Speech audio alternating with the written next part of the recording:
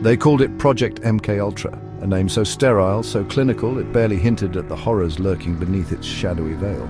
Officially sanctioned by the CIA in 1953, this top-secret initiative was the stuff of nightmares, an abyss of human experimentation where morality was abandoned in pursuit of control. The goal? To master the human mind, to create an obedient, programmable soldier, to break and rebuild men like machines, twisting their thoughts until they were nothing but puppets on invisible strings. What followed was a dark symphony of psychological torture, chemical manipulation, and grotesque experiments that stretched the limits of the human psyche. For 2 decades, unwitting subjects were thrown into the abyss. They were students, soldiers, prisoners, even innocent civilians plucked from their lives and thrust into the clutches of something beyond their comprehension. Many were fed LSD in doses that would shatter the mind, their perception of reality dissolving into a fever dream of paranoia and hallucination. Others were subjected to sleep deprivation so severe their sanity unraveled at the seams. Hypnosis, electroshock therapy, subliminal programming, no method was too extreme. The doctors in their white coats, agents of a shadowy empire, were not men of healing but of control. They scribbled notes as their subjects screamed. They measured responses as minds fractured. They watched as free will disintegrated brick by brick under the weight of their twisted science. Some experiments were hidden under the guise of research in psychiatric hospitals, where patients already suffering from mental distress were pushed past the limits of human endurance.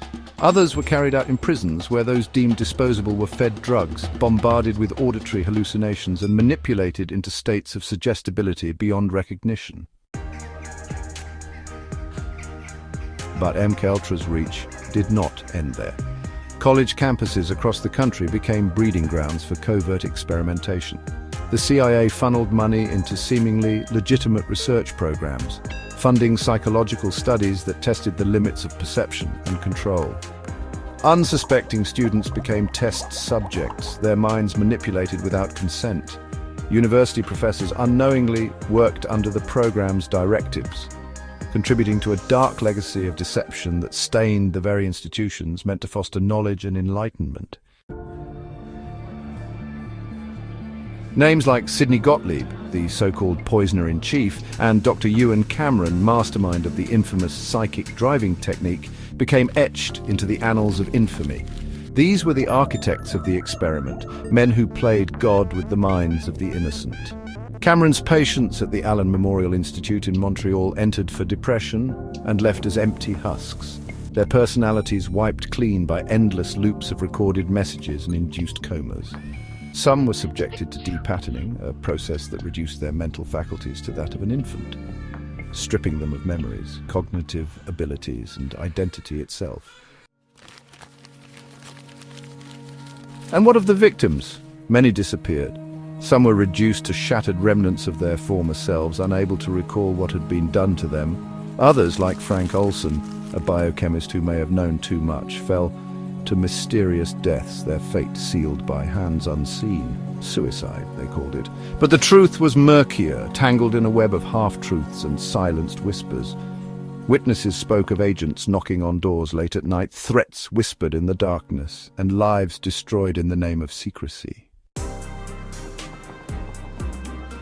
Even as the program expanded, its tendrils reached into foreign lands where war provided the perfect petri dish for experimentation. Korea, Vietnam, Latin America, anywhere chaos reigned, MKUltra's methods followed. Enemy soldiers were subjected to interrogation techniques designed to shatter their resistance. Prisoners of war became lab rats in the great game of control. The line between research and warfare blurred until both became indistinguishable. Then, in 1973, the reckoning came, or at least the illusion of one. With the Watergate scandal rocking the foundations of trust in the government, the CIA scrambled to destroy evidence of its darkest secret. Most MKUltra documents were shredded, erased as if they had never existed. But paper trails are stubborn things. Fragments survived, and with them the truth began to seep into the light. In 1977, congressional hearings unearthed what remained. exposing the program for what it was, an experiment in human suffering under the guise of national security. Victims testified, their lives forever scarred by the nightmares inflicted upon them. Yet justice never truly came. The perpetrators walked free, their sins buried beneath bureaucracy and classified files. Compensation was rare, accountability even rarer. But even as the world looked back in horror at the MKUltra experiments, whispers persisted that the project had never truly ended, that in the shadows, new techniques had emerged, more sophisticated, more insidious. Mind control had evolved beyond LSD and electroshock therapy. It had found its way into digital screens, subliminal messaging, mass media influence. The modern battlefield was not fought with drugs, but with information.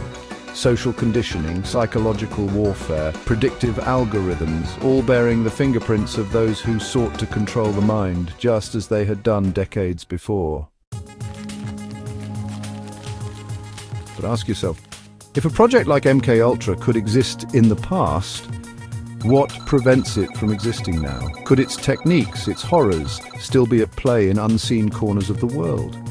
Could minds still be molded, thoughts still be shaped by forces beyond our control? Governments do not simply abandon power once they taste it. The technology has evolved. The methods are more sophisticated. Psychological warfare is no longer confined to isolated labs and secret facilities. It is woven into the fabric of society, hidden within the algorithms that dictate what you see, what you hear, what you think. The experiment was never truly over, it simply evolved. And perhaps it never truly belonged to the past at all.